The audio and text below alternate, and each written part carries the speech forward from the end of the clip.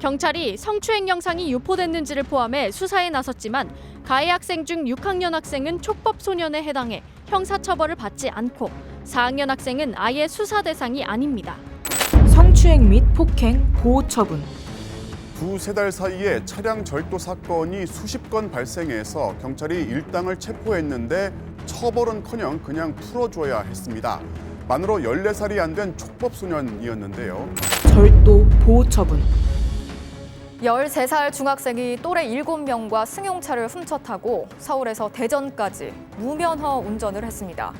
경찰의 추적을 피하다가 애꿎은 오토바이를 들이받으면서 개강을 앞두고 아르바이트를 하던 새내기 대학생이 숨졌습니다. 차량 절도 및 뺑소니 사망 사건, 보호 처분 및 귀가. 살인, 강도, 절도, 폭력. 4대 강력범죄로 꼽히는 범죄를 저질렀지만 촉법소년으로 분류되어 형법이 아닌 보호 처분을 받은 이들. 심지어 당당하게 자신이 촉법소년임을 내세우기도 하는데요. 이대로 괜찮은 걸까요? 촉법소년이란 소년법에 따라 형사 책임 능력이 없다고 판단되어 범죄를 행해도 형사처분 대신 보호처분을 받는 만 10세 이상, 만 14세 미만의 형사 미성년자를 말하는데요.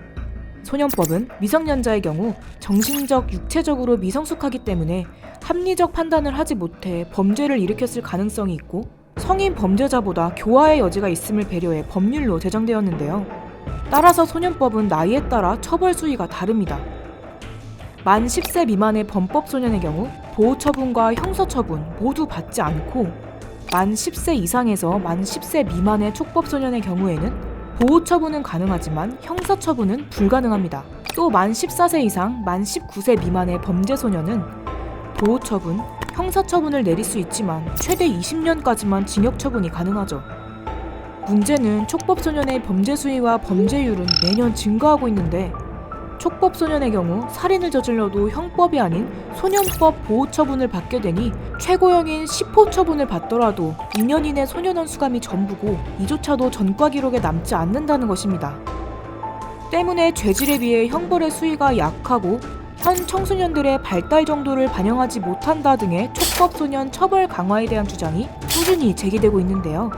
이 나이만 어렸지 실제 그 범죄는 성인 범죄 못지않은 이러한 그 만성적 소년 범죄들에게는 우리 그 사회가 일정한 엄벌을 가하는 것이 정의에 맞다. 그러면 실제로 청와대 국민청원 게시판에는 촉법소년 처벌 수위 강화에 대한 청원이 계속해서 올라오고 있고 한 통계에 따르면 국민 10명 중 8명 이상이 소년법 개정 또는 폐지에 동의했다고 해요. 최근에는 대선 후보들이 촉법소년 연령 하향을 공약으로 내세우기도 했고 국회에서도 촉법소년에 관한 법안을 계속해서 발의하고 있습니다. 하지만 여전히 논의만 될 뿐 합의가 이루어지지 않고 있어 제자리에 머물러 있죠. 그렇다면 해외에서는 형사 미성년자에 대한 나이를 어떻게 규정하고 있을까요? 일본은 2007년 소년원 송치 연령을 만 14세에서 만 12세로 낮췄고 영국과 호주는 만 10세 이상에게도 형사처벌이 가능합니다.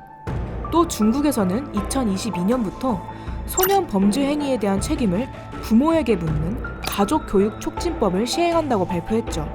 하지만 촉법소년 연령 하향이나 소년법 폐지에 대해 반대하는 사람들도 있습니다.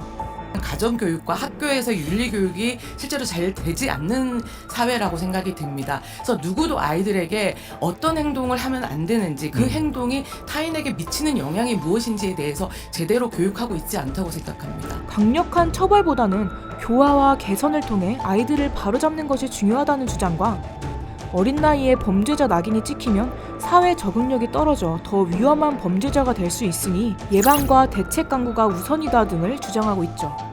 하지만 최근에는 인터넷 발달로 청소년들이 어른 못지않은 법률 지식으로 무장한 채 소년법을 악용하는 사례도 늘어나며 촉법소년 찬스라는 말이 생기기도 했죠. 매년 뜨거운 논쟁 주제인 촉법소년 범죄.